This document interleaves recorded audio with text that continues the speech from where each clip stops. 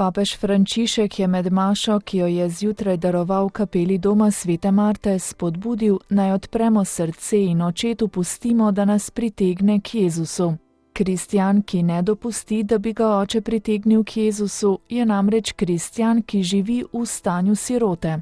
Sveti oče je homilijo oprl na današnji odlomek iz Janezovega evangelija in začel pri neomajnem skepticizmu, ki so ga Judje gojili do Jezusa. Čudeži, znamenja, prvič slišane besede in zatem skoraj vsakokrat vprašanje: si ti Kristus?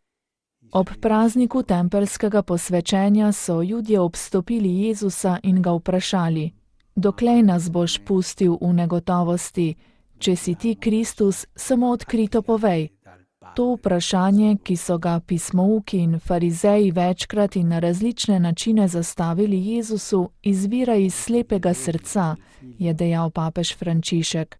To je slepota vere, ki jo Jezus tudi pojasni svojim sogovornikom.